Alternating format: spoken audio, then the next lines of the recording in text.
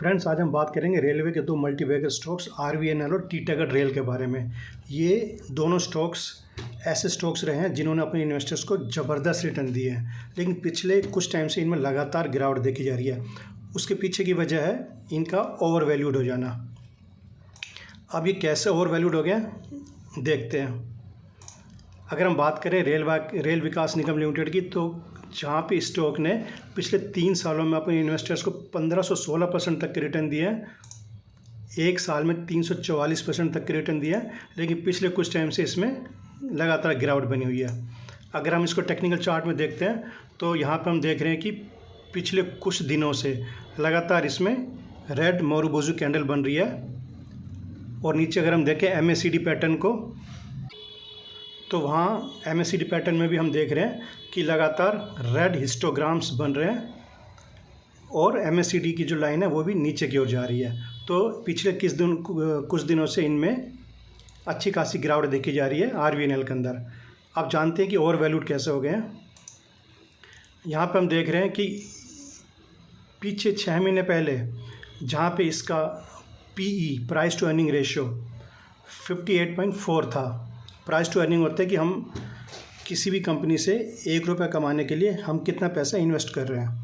तो पीछे 6 महीने पहले जहाँ इसका पी रेशो 58.4 था और पीछे जब बहुत तेज़ी आई थी इसके अंदर, तो इसका पी बढ़ के 88.2 तक चला गया था। तो ये 1 महीने पहले तक ये काफ़ी कॉस्टली स्टॉक हो चुका था। और अगर हम इस पी का कंपैरिजन, आरवीएनएल के पी का कंपैरिजन इसके सेक्टर की दूसरी कंपनीज़ के साथ करते हैं, तो जहां उनका उस सेक्टर का, ये कंस्ट्रक्शन सेक्टर से बिलोंग करती है आरवीएनएल, तो जहां पे इस ओवरऑल सेक्टर का पी जो है वो 25.2 था। तो 1 महीने पहले जो ये बढ़ करके इसका खुद का पी 88.2 हो गया था। मतलब ये हर लिहाज से स्टॉक महंगा होता जा रहा था। तो इस वजह से भी इसके अंदर आने वाले टाइम में गिरावट के चांसेस बन नहीं थे। अभी इसका करंट पी आज 19 सितंबर को 78.6 हो गया है, जो कि 1 महीने पहले 88.2 तक चला गया था। क्योंकि 1 महीने में इसमें काफ़ी गिरावट आई है, तो इसके पी में भी गिरावट आने की वजह से ये 78.6 तक चला गया, लेकिन अभी भी ओवर वैल्यूड स्टॉक है। फ्रेंड्स, वैसे तो क्या होता है कि बहुत से ऐसे स्टॉक्स होते हैं जिनका पी बहुत ज़्यादा होता है, लेकिन उनके अंदर लंबे टाइम तक बाइंग चलती रहती है। क्योंकि कई बार किसी स्टॉक के पी ज़्यादा होने के बावजूद भी अगर उस स्टॉक के अंदर ग्रोथ के चांसेस बने हुए हैं, इन्वेस्टर्स को लगता है कि इसका फाइनेंशियल्स अच्छे हैं, आगे फ्यूचर में इस कंपनी ग्रोथ की बहुत ज़्यादा संभावना बनी हुई है, तो महंगे पी पे भी उस कंपनी में बाइंग चलती रहती है। लेकिन क्योंकि आरवीएनएल का पी भी महंगा हो गया था, और इसका अगर हम पीछे क्वार्टर रिजल्ट देखें, जहाँ पे सेल्स इसकी कम हुई है, ऑपरेटिंग प्रॉफिट पिछले क्वार्टर से कम हुआ है, प्रॉफिट बिफोर टैक्स पिछले क्वार्टर से कम हुआ है, नेट प्रॉफिट पिछले क्वार्टर से कम हुआ है। तो एक वजह ये भी थी कि इन्वेस्टर्स को लग रहा था कि इसके फ्यूचर प्रोस्पेक्ट्स ज़्यादा अच्छे नहीं लग रहे हैं और इसका पी भी बहुत ज़्यादा हो गया, तो इस वजह से इसके अंदर अच्छी खासी सेलिंग बनी हुई है। तो दोनों फैक्टर्स, एक तो प्राइस टू अर्निंग जो है बहुत ज़्यादा हो गई है, दूसरा इसके क्वार्टरली रिजल्ट्स भी इतने लुक्रेटिव भी नहीं रहे हैं कि जिसकी वजह से इन्वेस्टर्स ने इसके अंदर फ़िलहाल बड़े इन्वेस्टर्स ने इसके अंदर सेलिंग शुरू कर दी है, और ये लगातार पिछले कुछ दिनों से गिरता जा रहा है। अब अगला स्टॉक है टीटागढ़ रेल सिस्टम, जहाँ पे इस स्टॉक ने 3 सालों में 1273% तक के रिटर्न दिए हैं, लेकिन इसमें भी पिछले कुछ टाइम से लगातार गिरावट देखी जा रही है। अगर हम इसको चार्ट से देखें तो इसके अंदर भी 1 डे के चार्ट पे लगातार इसके अंदर रेड कैंडल्स बन रही हैं, और एमएसीडी भी इसका रेड हिस्टोग्राम जनरेट कर रहा है। इसका current price to earning ratio है 57.4, जो कि 19 सितंबर आज की बात है। पीछे 1 साल पहले इसका पी था 56.1, लेकिन तेज़ी की वजह से पिछले 1 महीने पहले तक इसमें पी में तेज़ी आ गई थी। इसके पी के अंदर भी तेज़ी आ गई थी, जो कि बढ़ के 63.9 हो गया था।